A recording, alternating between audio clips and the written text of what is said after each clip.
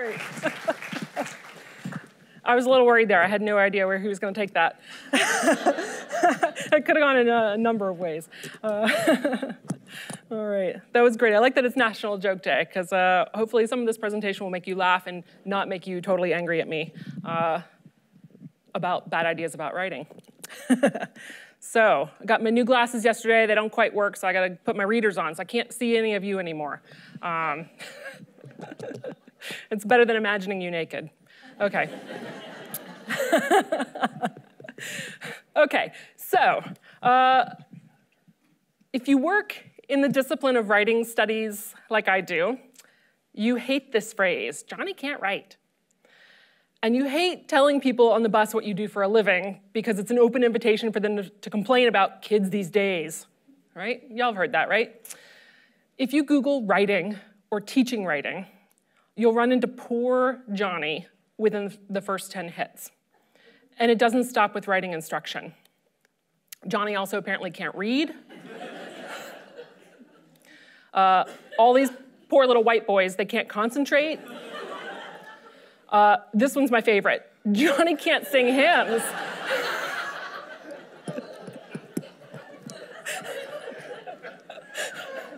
I'm like, I actually want to read this book. I'm like, take it to church.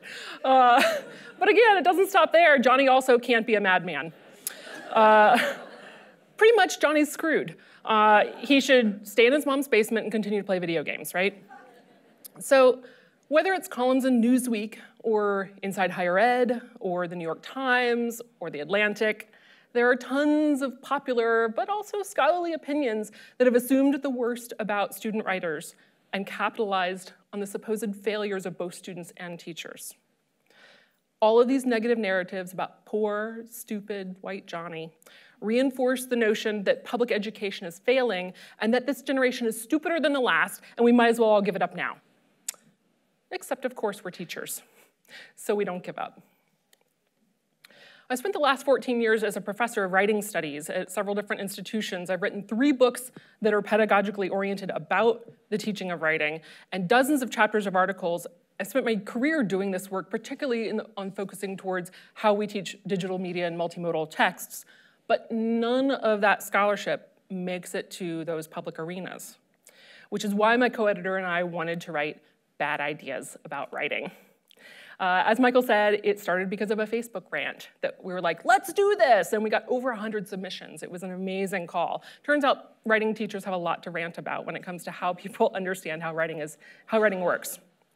So we came up with Bad Ideas About Writing, which is an open educational resource, Go OER, which means it's free for readers. You can go to this website and download it now.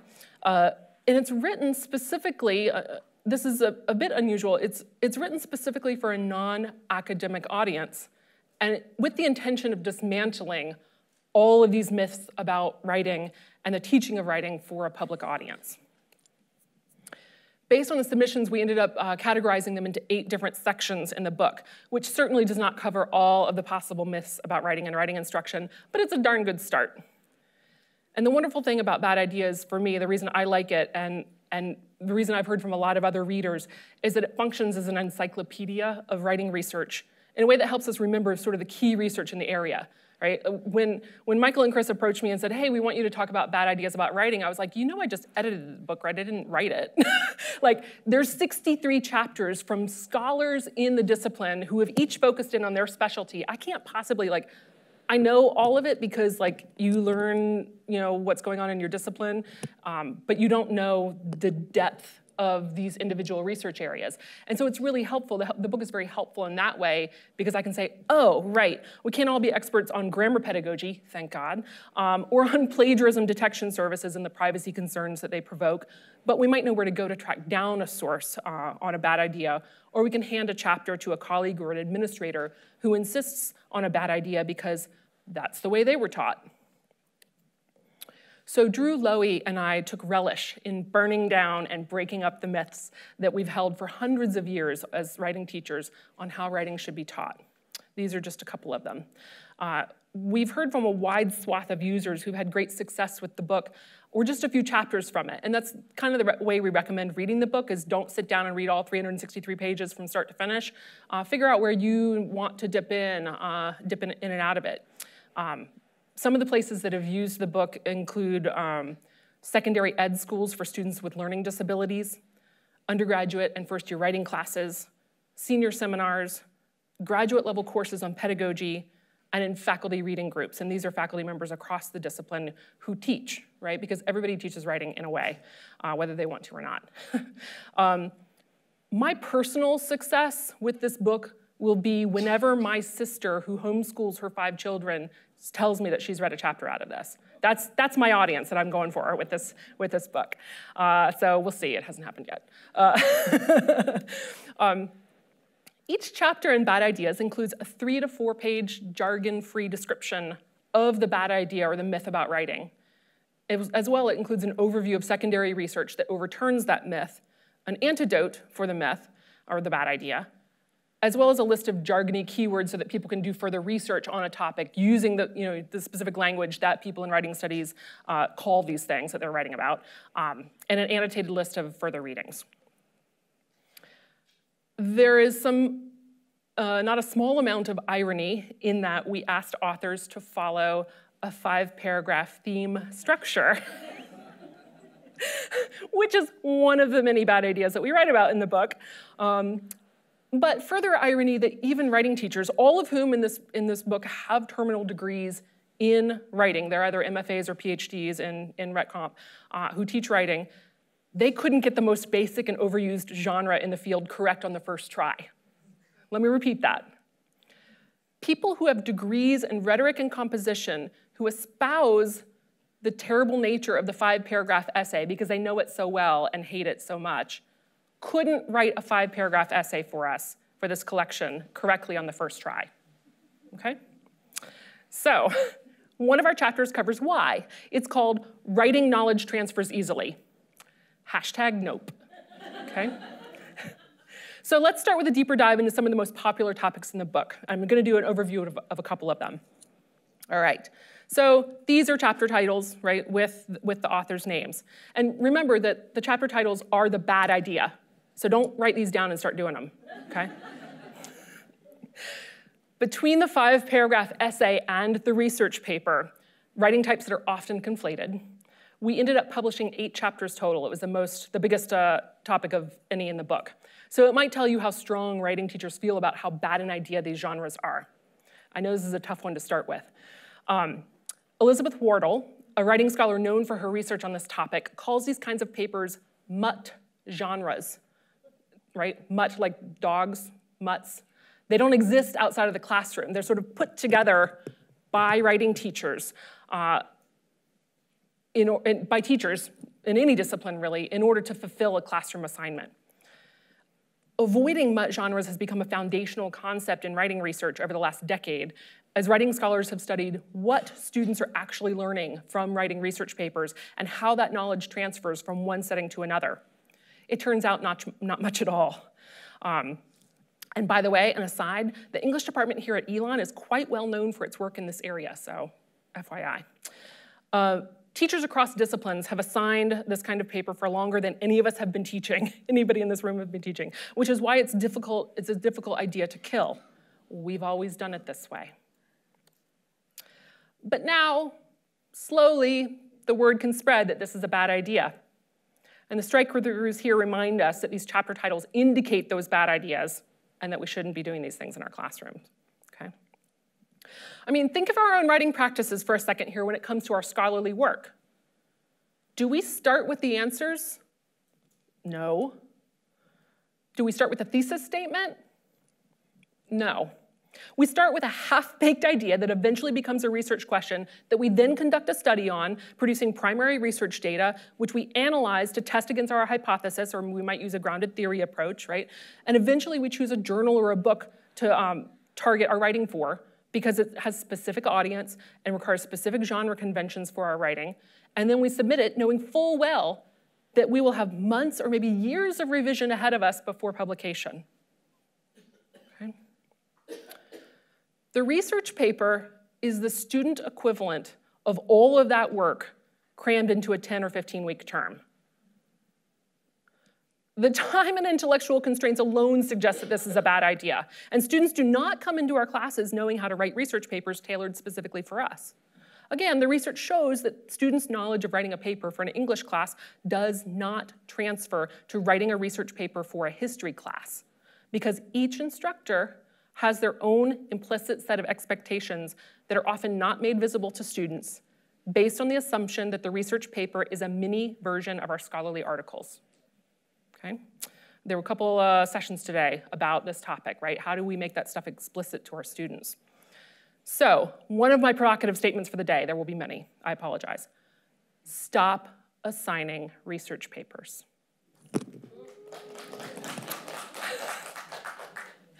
Come up with better, more specific and useful genres for your students to complete, and have them work on those progressively throughout the semester, just as you would get feedback on your scholarship from colleagues both in real life and virtually, and from editors before publication. Okay. Whew, another big topic. Let me take a quick poll. How many of you have horror stories about student citation practices and a related issue, plagiarism issues? Yeah. It really tends to raise people's ire. I see a lot of friends complaining about this kind of stuff on Facebook, right? And I think, as does most writing research, that this is energy poorly spent.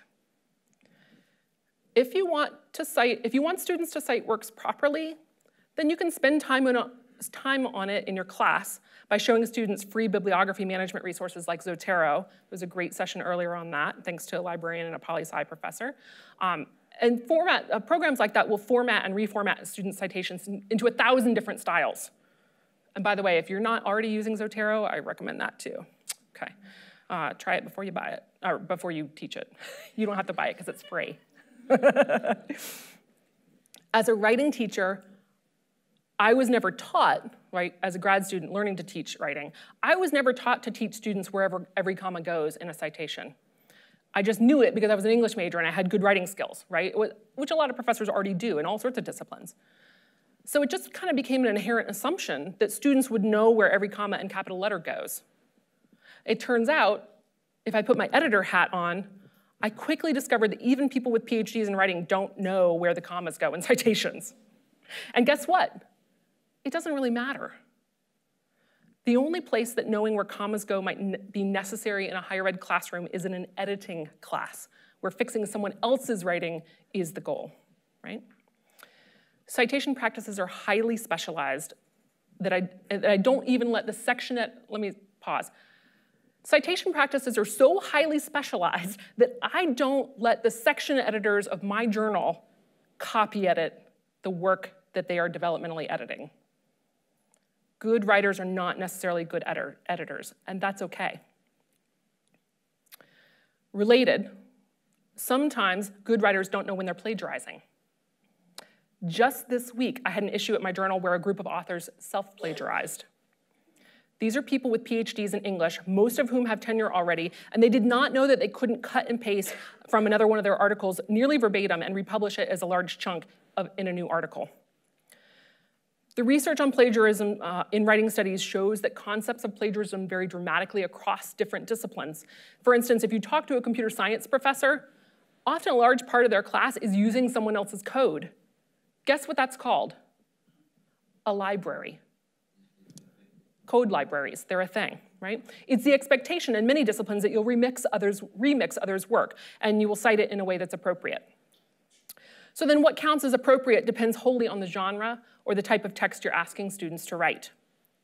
Let's say you've learned from the previous slide that assigning research papers is a bad idea, so you want to assign a poster presentation or a 5-minute video documentary. Neither of those genres assumes an APA-style citation. I mean, what does it signal to the audience of a 5-minute video documentary when a bunch of MLA-style citations start scrolling by at the end? Hashtag student work no one cares about but the teacher. Mutt genres, right? So stop caring so much about citations as exhibitors of correctness and ask students to only provide the necessary information that would allow a reader to follow up on the source in a way that's appropriate to that genre. And in those new genres that students are building, give students the opportunities to learn that credible sources can come from a variety of places. Scholarly, peer-reviewed, for sure, right? But not necessarily always. Sometimes popular and even underground places might have the right resource for the student's work, depending on the research question and where you want the student's work to circulate. So here's another assignment that I'm borrowing from a writing studies colleague, Stuart Schaffner. He asked students to create, this is wild. This is like 10 years ago he did this, and I've been fascinated by this assignment ever since. He asked students to create an object from which they could cheat on a test. And the object had to be undetectable by the teacher. The creativity with which students put into this assignment was incredible. One student created a 2-liter Mountain Dew bottle with all of the content that they needed for the test redesigned as the label for the bottle. Font, color, everything. Ingredient list was like the formulas or something, I don't know, right? And of course, the students walked away from the assignment knowing way more about the content than they would have if they'd actually just taken the test. And of course, the object was the test. They got to test day, and they were like, here's my Mountain Dew, don't worry about that. And Stuart was like, or Spencer was like, now hand those in. That's what I'm grading you on. They're like, what? So it's pretty impressive what students can come up with. All right, another big topic. I could spend all day talking about how awful grammar instruction and policing it is in the world today. We waste so much time on this stuff. So I'm not going to go into a lot of detail here, but I'm just going to put one thought into your head. There's a reason why we jokingly call it being a grammar Nazi. Because this is some serious white supremacy crap we hold over students. And the research into the teaching of grammar and the implementation of style guides and handbooks and the usage of non-traditional linguistic structures all point to the classist, racist ways that standard written English, AKA the King's English, AKA the white male upper class language held over from when higher ed was restricted to the men who would become doctors, lawyers, and clergy in the pre-industrial revolution era. All of that reinforces our ignorance over the importance and usefulness of language diversity. Okay. It's hard to do when you got a lavalier mic. Yeah. Also, go figure, editors exist for a reason, right? So stop worrying about the micro-level usages in students' papers. Oh, but you're not assigning papers anymore, right? So what does language use look like in other genres? What's acceptable? You heard recently about the PhD who wrote his dissertation as a comic, got a great job. That's not standard written English. Or the one who produced a hip hop album last year from Clemson, also got a great job. I mean, how many of y'all learned a ton about US history from listening to Hamilton? Right? These genres and language styles matter, and there's no reason why we can't have them in the classroom. So concentrate on the content and not necessarily on the style. I want to talk all day about grading. But I couldn't even get into the grading session earlier. It was so packed. So for time's sake, I'm going to save some of this discussion for my case study, which is coming up next. And just remind you that these are all bad ideas. Plus, as Brian alluded to earlier in his talk, part of the work-life balance is asking students to take some responsibility for self-learning, which can happen through peer assessment. It's a legitimate thing that I will talk about more a little bit later. Okay. So now, digital pedagogy is my jam. It's the thing I'm most known for, and there's not as much in this book that I would have liked. It's not covered very well, but that's for another Bad Ideas book. So I want to delve quickly into the case study to show you how I brought a bunch of these bad ideas together and some myth-busting practices into a class on multimodal composition. But real quick, that last one on the list. Don't ever go all colonialist and ageist on a student or anyone else by calling them a digital native or digital immigrant. We have enough problems with people's misconceptions of natives and immigrants in this country to colonize the entire digital landscape too, okay? Also, facility at Learning Technologies has nothing to do with age, but everything to do with inquisitiveness and lifelong learning goals. Also research from the field. Okay, now another big sip. I know, I'm like, But I know I'm preaching to the choir, and then y'all will go tell other people, go read this book, you really need it. Okay. All right.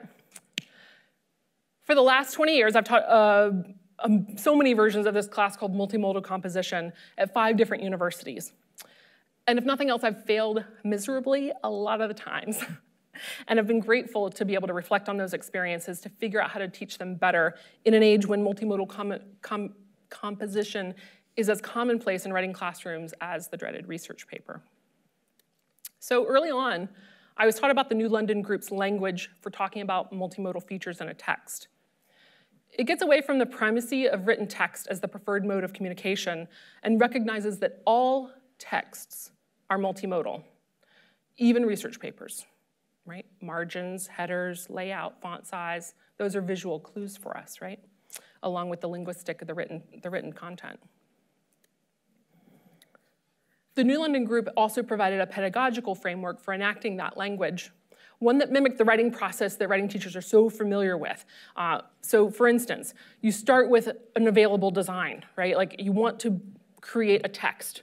That text can be anything. It's a written text, a visual text, an oral text, it doesn't matter. A text is a broad generic term, right? And in order to create that text, you draw on all this previous knowledge, prior knowledge that you have about other kinds of texts that are similar to that in the world. And you design, redesign, remix, right? All of these things so that this is such a recursive process that it all kind of blurs together. And it's exactly like the plain old writing process, right? So I glommed onto this pedagogy pretty quickly in my PhD program because it gave me a way to theorize the practice that I was already doing in my classes, asking students to build essays with visuals and other media and links for the web. But every single semester for a decade, I changed the assignments and the theme. I'd been teaching the modes of meaning progressively through different media, like moving from smaller assignments in single media, like a short blog or a podcast, and then combining them into longer video productions. But it was not getting at the learning outcomes that I wanted for these courses, and I was unhappy with the assignments that I'd given and with the work that students produced. Students were creating 5-paragraph videos, and it was boring work, and I was bored and I hated grading it. Okay. So I've got a bunch of these that come through. They're all chapters from the book. The students were learning that all texts are multimodal, and they were learning the technologies, but they were not learning to make any sustained meaning in this work because I wasn't teaching them to. They also weren't learning to transfer their rhetorical knowledge from one writing situation to another. Instead, I'd been training them to compose mutt genres for my consumption only, and I was happy when 1 or 2 of them were truly successful in their projects. But I had no idea how to make the entire class successful, and that was a problem. It's not that these assignments in and of themselves were bad ideas, but without the kind of situated practice and overt instruction that the New London Group called for in their Pedagogy of Multiliteracies, I was reenacting the 5-paragraph wheel. I kept falling into the myth that some people are just born good writers. In 2008, however, I was introduced to this book, which is also free. It describes a pedagogy that helps students understand that genres aren't static, and that the best teaching happens when students compose genres that are not only for teachers. Those texts then can be assessed based on actual genre conventions and reader expectations, not some rubric the teacher made up according to what she thinks is good. What I kept thinking about when I was reading about these pedagogies based on rhetorical genre studies was that I was already enacting them well in another area of my professional life, editing Kairos. So, as Michael said in the beginning, I edit this journal. I've been on the journal staff since 2001. We just published our 23rd volume yesterday. It's considered the premier peer-reviewed journal in digital rhetoric. I say that with some hesitation because I feel weird calling my own journal the premier journal, but other people have told me that, so I'm going to take them at their word. One of the cool things about Kairos is that it is free for readers. It's also free for authors. We just do it all free because we like to volunteer.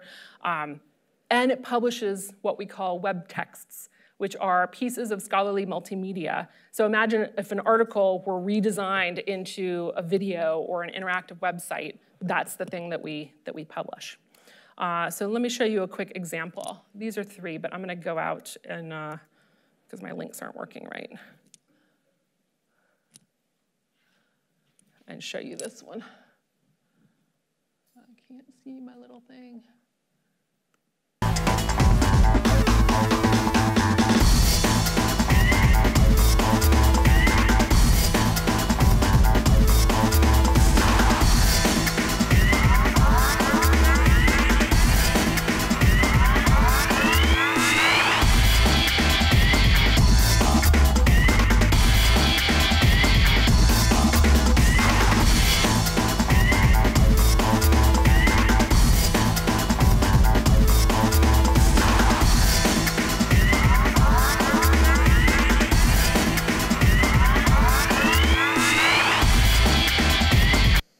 And then it goes into some examples. Did that wake you up? Sorry, that was a little loud. I apologize. Let's see. No, I don't want that. There we go. Okay, so that was a piece from Spencer Schaffner, the same guy who did the cheat assignment. I don't know why I used him as examples throughout all of this, but he's got good little snippet of things. That piece was a good example of the kind of stuff that we publish, where the research question is about how does writing work in the world, and particularly through digital technologies, right? Where he's got this screen capture thing going on, and he's using sticky notes to make parts of his argument, and then he goes into some remix of clips from YouTube videos of desktop DJs showing what they're doing. So he's giving evidence through citations of other people's videos. The thing about web texts are we have some pieces that are video-based, and we have some pieces that are HTML-based, and we have some pieces that are, we used to publish a lot of Flash pieces. We don't do that anymore because that doesn't work anymore. The thing is that every web text that Kairos publishes is uniquely designed by the author so that the design of the piece enacts the scholarly argument that the author wants to make, okay? And I think you can see that in that desktop DJ example. So the hitch for us as editors is that every web text is different. There are new technologies, new media, new genres every single day that we have to encounter, which means there's no set rubric for evaluating, peer reviewing web texts. We have to approach each text individually within the multi-genred conventions that comprise the 23 years of web texts that are available, right, drawing on our available designs, in order to understand what this piece in front of us is doing at any given time, right? And so approaching it newly and reading it generously is part of the editorial board's job. I won't talk about copy editing these pieces. That's a whole different 45-minute talk. Okay. No one ever gets published the first time through Kairos. Because even though we've been around for almost a quarter century, this is still considered a new genre within academia. So we have 3 tiers of collaborative review that we enact there, which are all developmental, formative, and recursive. The first tier is an internal staff review to decide whether it goes to an external review. The external review is also collaborative. We have between 5 and 7 editorial board members who will have a dialogue about a piece and exchange that in an asynchronous manner. We're working on a synchronous method. And then the third tier is if you get an R&R at that second tier level, which 85% of our texts do, then you get assigned, you can elect to have a staff mentor assigned to you who will work with you for 12 weeks to help you revise the text. And then we get first right of refusal. It sounds like a lot of work, but we're writing teachers, right? So we're enacting our pedagogies through the publication of this journal. So if you ask what it has to do with the classroom, that's what it has to do with the classroom, right? I realized that I could take what I was enacting every day with Kairos and apply it to my multimodal composition classroom, asking students to compose web texts for journals like Kairos. There's about a dozen out there that are like Kairos within writing studies. About half of them would consider or potentially accept undergraduate and certainly graduate level work. So I created an assignment sequence that matched the authoring process for Kairos. This is for an undergraduate class. And I included background work on understanding the discourse communities in which journals like Kairos publish. That's sort of the first two points there. Undergraduate and new graduate students absolutely have valuable things to say to this community, and they can participate through these multiple venues. And this sequence enacts a multimodal pedagogical framework that the New London group proposed, alongside giving students those real-world audiences and places of publication for their work. I'm going to come back to this in a second. Because a couple of the things that I'm trying to enact to counter the bad ideas is through having weekly writing assignments that are all scaffolded, that build up to the final web text submission.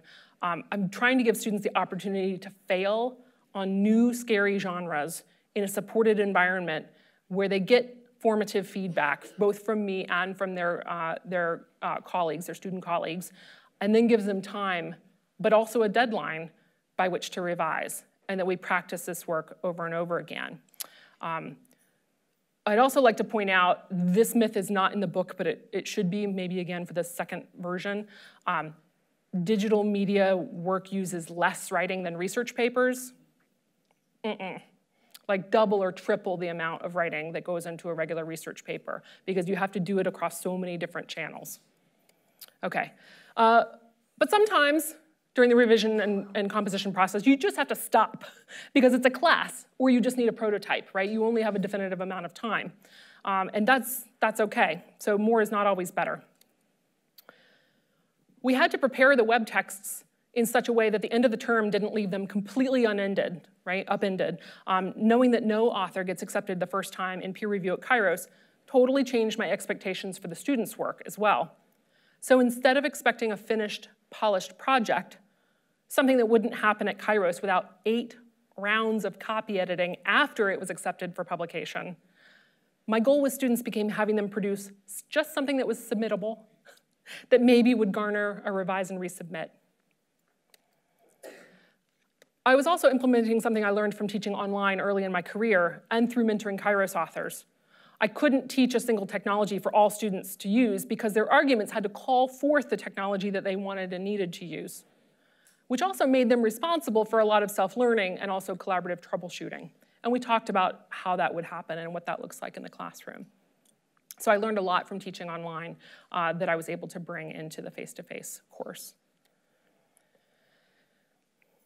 So I go back to the scaffold, and I want to point out that I was using this method called dynamic criteria mapping that comes from this book by Bob Broad called What We Really Value.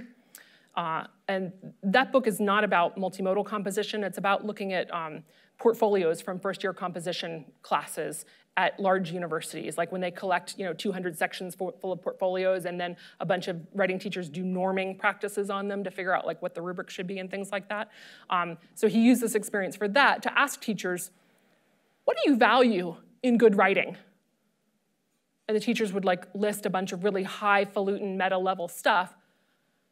And then they would say, how do you grade students' writing? And it was all these bad ideas, right? And he's like, these don't match. How can we build a value structure and an evaluative criteria that actually upholds the values that you have for good writing? So that's what dynamic criteria mapping is about. So I tried to instill that into the undergraduate multimodal comp classroom by doing all of these analyses of venues and publication venues that they could use, looking at the different audiences that each venue sort of catered to, looking at the different genres and mixed genres that different kinds of web texts would use in each of these different venues, and looking at how the media and the modes and the technology that they were using, all of that stuff was put together, right? So it was this giant values analysis of essentially the entire disciplinary arena of online publishing in rhetoric and composition for juniors who were not English majors. This was a gen ed class. Okay, so to do that, the outcome of that was to build our own peer review criteria, right? Because I mentioned Kairos doesn't have a rubric for evaluating web texts. It's done on the fly with each text. But to help the students out, we examined some web text models, and they determined collectively what expectations that they might have, or what expectations readers might have based on those sample texts and the venues they appeared in. And then those expectations became what we used to assess their work. Okay. Now, all of the chapters in the grading section of Bad Ideas apply to how I ran and evaluated students in the multimodal comp class, but especially this myth. In fact, I grade by 100% class participation in all of my classes, where students are taught to be paraprofessionals in ways that apply to whatever field they might eventually work in, but they have to like meet deadlines and show up on time and respect their colleagues and treat the class essentially like an internship with a deliverable that can't be late, because editors don't care if your stuff is late, they just want it now, right?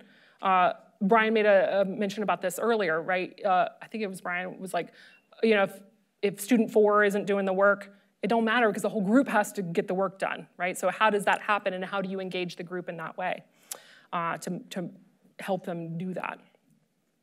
So in this particular class, I was teaching students to be editorial board reviewers for each other's work. And so they could analyze texts in stronger ways, but also as a byproduct, it lessened their expectation of my feedback, which had the nice sort of side effect of helping me reclaim some of my own time. So that was pretty cool. And of course, editors don't grade your work, right? Like, editors of peer-reviewed scholarly journals don't grade your work. The peer review boards will give a judgment that the editor has to collate and can either accept or reject, but you know, they're not saying, oh, you're getting a B on this submission. They're saying, oh, okay, we're gonna accept it without revision, which never happens, right? Or we're gonna accept it with some revision, and you're like, hallelujah. Or they're gonna give you a revise and resubmit, which 99% of the time is what happens. And so you're getting all this feedback, right? So I wanted to use this assignment scaffolding to offer students these repeated chances to practice the skill of evaluation and assessment across a bunch of different kinds of assignments and new situations within the semester. They ended up, one particular semester, they ended up with these 6 concepts as the things that they wanted to use to evaluate the web texts, right?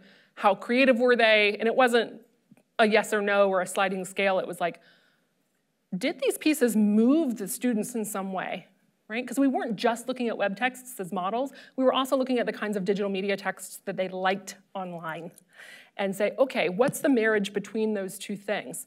If they're super creative, then that was something that attracted them and they wanted to read it. And I was like, okay, great, that can be a criteria. And that's totally subjective a lot of times, but you can also break it down into, depending on what the text itself is doing and compared to other available designs that you're comparing it against. Like, is it meeting the audience's needs? Do the form and content work together, right? Like that design enacting the argument thing that I talked about earlier. Is the conceptual core focused and strong? We might otherwise call that the thesis statement, right? Is the research completed credibly, right? Are they missing anything, or have they completely ignored some angle? And is the topic timely, right? Not having students doing web texts on MySpace anymore, that sort of thing, right? But all of these criteria depend on the venue, the genres, the students, so they change every semester, and I allowed students to sort of drop in and out of whatever criteria they wanted, as long as they could justify how they were using these, okay? I'm gonna skip the peer review example. Is that okay? All right, I'll just tell you real quick, okay. So, this was in a graduate class. All the students decided to use Prezi because it was not a great decision on my part.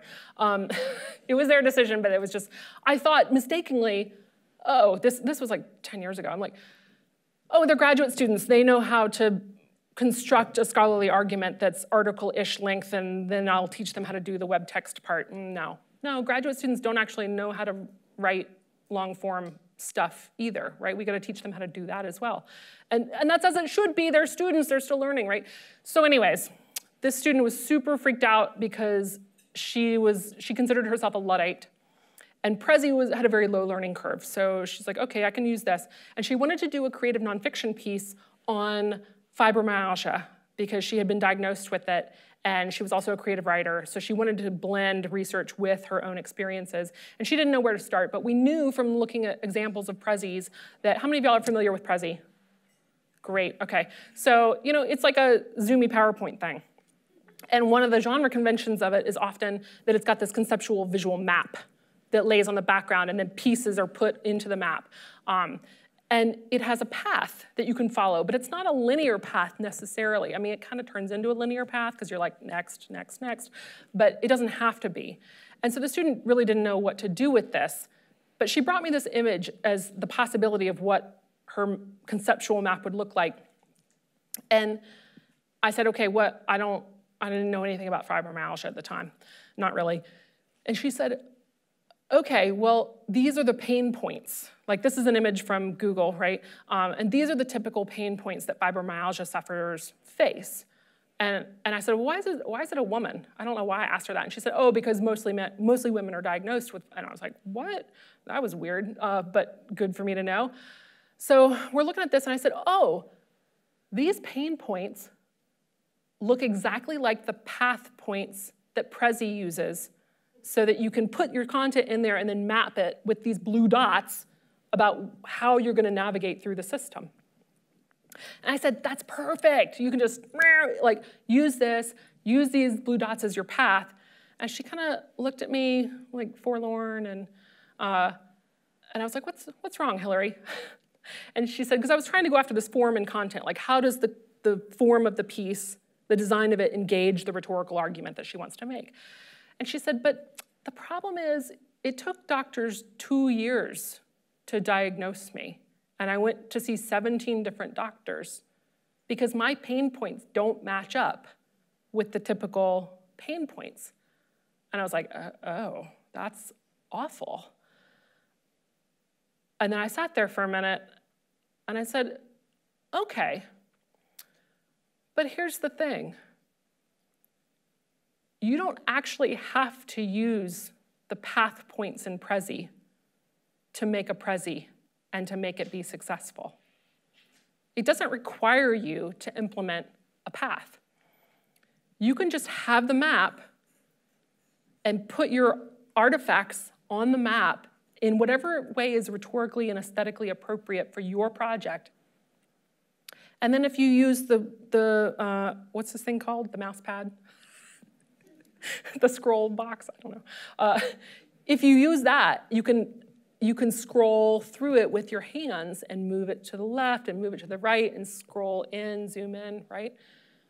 And in that way, and she looks at me and she's like, I'll be enacting what the doctors were doing with me. Poking and prodding and trying to figure what the X was going on. And I'm like, yeah. So that's what she did. She built this piece that was an exploration of the body as a method for marrying her form and content in this web text. And she ended up publishing it in a journal called Technoculture in the first issue. After the class was done, she submitted it to the journal editor.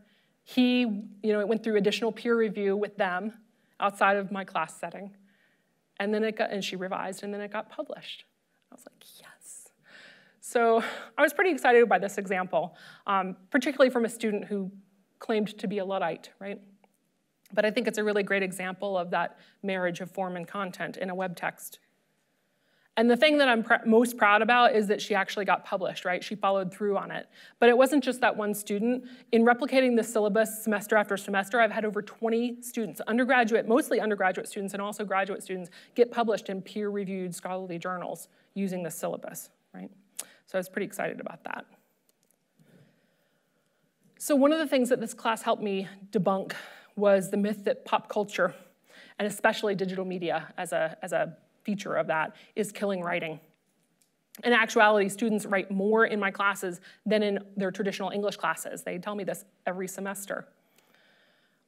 And while they're learning to write several kinds of texts in what we would call a genre set, right, like all of the kinds of writing that's done in preparation to submit a piece of scholarship to a journal, they're getting the chance to practice this in a way where failure is okay and where they don't have to be geniuses because they're learning how to do all of this stuff. They're also getting the repeated practice of analyzing for audiences, venues, and genres across multiple writing scenarios.